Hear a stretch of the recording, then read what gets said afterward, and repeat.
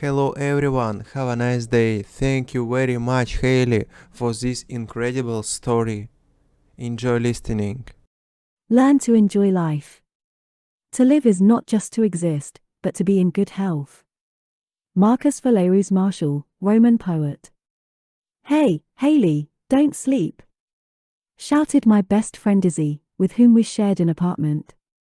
Promise me you won't fall asleep. I mumbled something back, thinking only that my friend wouldn't drive like she was playing Grand Theft Auto 4. I sat in the passenger seat. Izzy didn't know what to do. She was saying something, but I didn't understand everything because she was crying. Then Izzy called my stepmother. Haley took a bunch of pills, she said. I don't know exactly, but a lot. She ended the call, hit the gas even harder, and said, "Your father will take you to the hospital." I put my head on the dashboard. Out of the corner of my eye, I could see Izzy's frightened face, tears streaming down it. My eyes gradually grew darker. "Why are you doing this?" I heard my friend's voice. "Why, Haley?" "Because Jameson was right," I answered. I don't remember anything else from that trip. The doctor said I was very lucky. I didn't think so. My heart held out and started beating again. It was like a fire was burning in my stomach, but I was slowly coming back to life. I can't say I was happy about that. I woke up in the emergency room of the hospital, where there were many crying and moaning patients.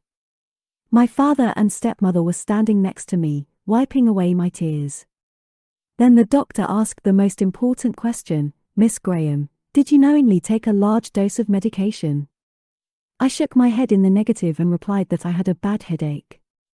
"Tell the doctor the truth," my father asked me. "Tell him what you told Izzy." I rolled my eyes, showing him that he was making it worse. All I said was that my friend was probably right. Her friend committed suicide a month ago, my father explained in an irritated tone, as if Jameson was to blame for what had happened to me. The doctor nodded. "So you think he did the right thing, and that's why you decided to commit suicide?" I was surprised by his words.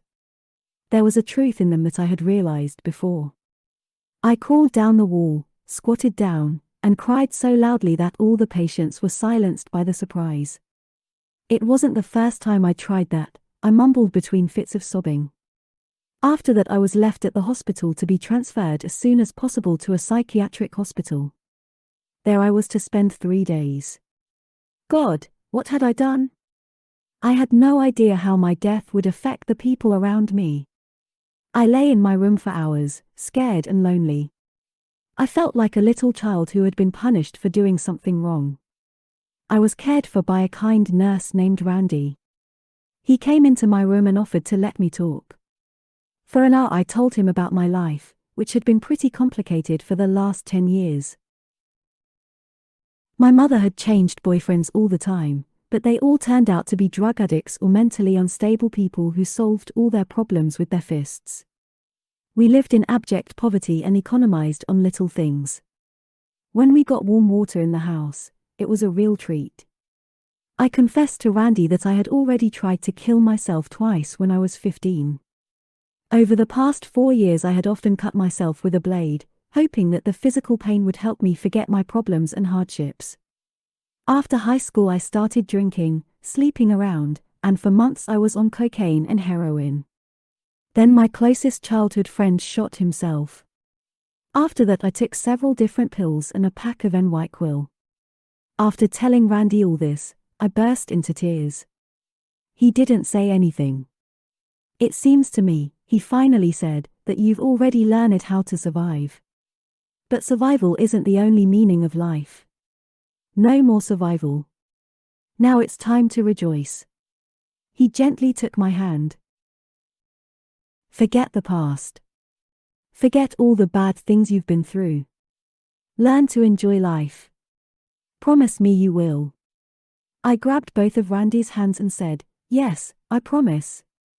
In the asylum I kept a diary in which I described my feelings and experiences. I was only there for 3 scary days, but I understood more in that time than some people do in a lifetime. The nurses in the asylum reproached me for wanting to kill myself. They told me that life was a gift that I should appreciate.